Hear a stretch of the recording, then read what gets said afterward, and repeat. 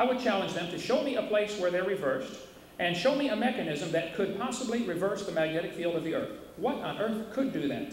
It's never been observed. All we've seen is it's declining. I stand by the scientific evidence that indicates it's declining. It's probably not billions of years old.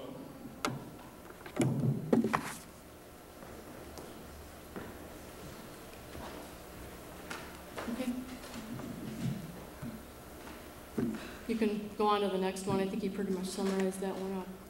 Okay, the evidence of the Earth's magnetic dipole decaying is based on some pretty horrible measurements that are extrapolated into an exponential graph when what they really fit is a straight line a lot better.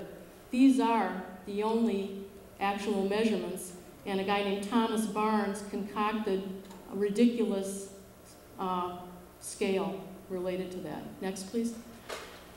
The Earth's magnetic field is not a simple dipole. There are areas over the Earth where there are parts of high flux and parts of areas of low flux. And no, we don't know exactly what causes everything in the way of magnetic reversals, but there are plenty of areas where they've been documented. Here's what one of these striped areas looks like. Next, please. This is the remnant magnetism along the west coast of North America, and there are clear areas of regular and reversed polarity. And one more, I believe. The magnetic theory of Bartelt. Okay, sorry. I guess I'll stay up and ask another question.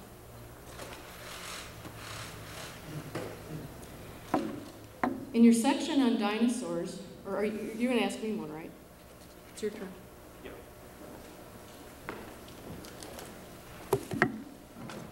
I think I just heard you to say there are areas of reversed polarity on the bottom of the mid-Atlantic ridge. No, I said the west coast of North America. Okay, the rest are there areas of reversed polarity. I said areas that show reversed polarity. Okay, there are no areas of reversed polarity off the coast of North America. There are areas of stronger magnetism and weaker magnetism. Go back and look at your own chart. Is this your question? It shows, yes, where are these areas of reversed polarity? I would like to see one. Show me, tell me please.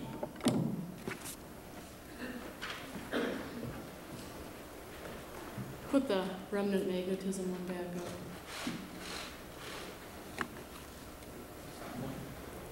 What? Oh, okay. The question about the reverse polarity, why is that important? Well, did the Earth's magnetic field ever reverse or not? This gives a much longer age to the Earth, and I think that's the essence of the question. Now, these areas do show areas of, as he says, more magnetism or less magnetism. What's very interesting is that if you date along these, and I know you don't go with radiometric dating either, you get a consecutive youngest age right along the ridge and consecutive ages. This is the Juan de Fuca ridge. These are, I believe, potassium-argon ages, and you can see very clearly 0 here, 2 million here, 4 million in yellow, 6 million here, 8 million in orange. And how interesting that we would get an effect like this if absolutely nothing is going on and radiometric dating doesn't work.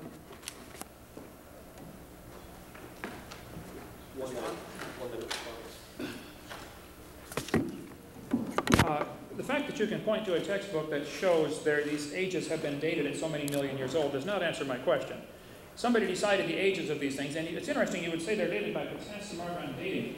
I would certainly love to get into carbon dating or potassium-argon or any type of dating if you'd like. I was just in Hawaii a few weeks ago where they took lava that was, they knew, erupted in 1803, and yet potassium-argon dated at 2 billion years old.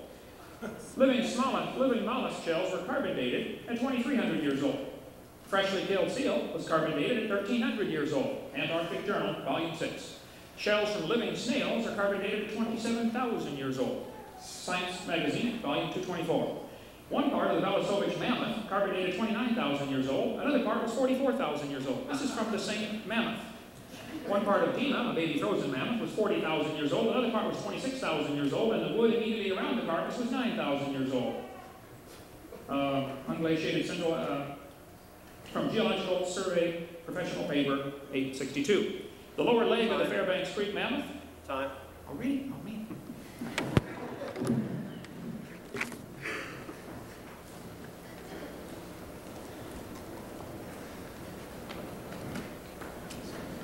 In your section on dinosaurs, you state, and I quote, "A plesiosaurus is a long-necked swimming dinosaur."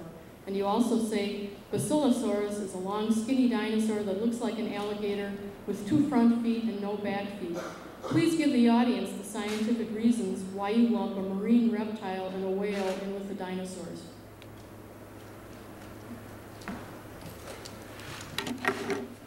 Okay, the word dinosaur was invented in 1841 by Richard Owen.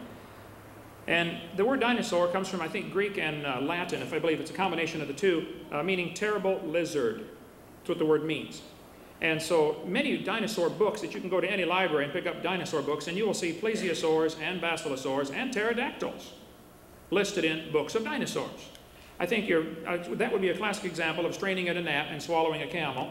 If you want to say that my definition of a plesiosaur really should be a marine reptile instead of a dinosaur, ask any kid in any school, show them a plesiosaur, say, what is it? Oh, a swimming dinosaur. I mean, so what? If it's a marine reptile, the point is, it's a plesiosaur. And if that bothers you, I'm sorry. I'll try not to call it a dinosaur, though I think it's listed in most books of dinosaurs all across the world. I don't think it's a major point at all.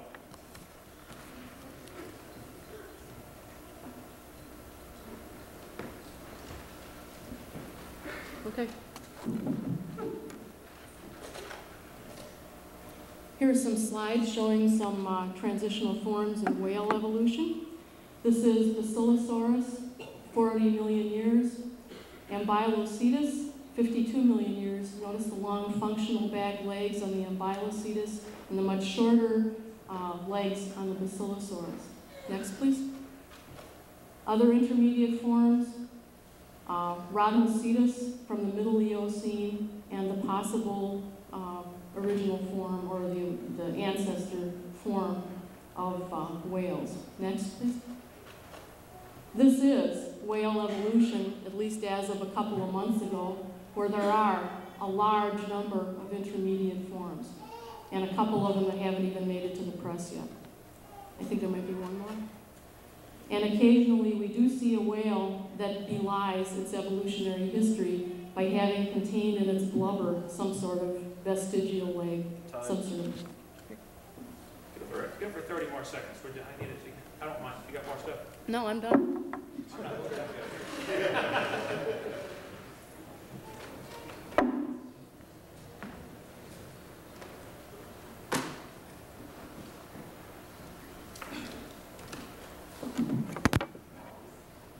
Okay, the whale evolution. I don't know that I'll have time to get into all of this. I'd love to get into some of these. You're supposed to ask me. This is the next. I don't get to answer, respond to hers about the whale. You just get up here and say whales evolved? No, the format is that you ask a question. I thought we were supposed to have a discussion on the topic. No, we're asking. Oh, you don't want a discussion on that topic? Not really. Oh, because I can show you about the whale evolution if you'd like. You're simply wrong about that. Okay. Well, you asked me to keep questions from my seminar notebook. I think you're 0 for 1 on the first one. Where did time, space, matter come from? If you want to stick with biology or with chemistry, which is your expertise here, can you explain to me how life got started from non-living material? Has anybody ever observed this happen? Is there any scientific evidence that it can happen, other than Miller and Urey's experiments of making a few amino acids, which is a far cry from making life, which we'll be glad to talk about if you'd like. But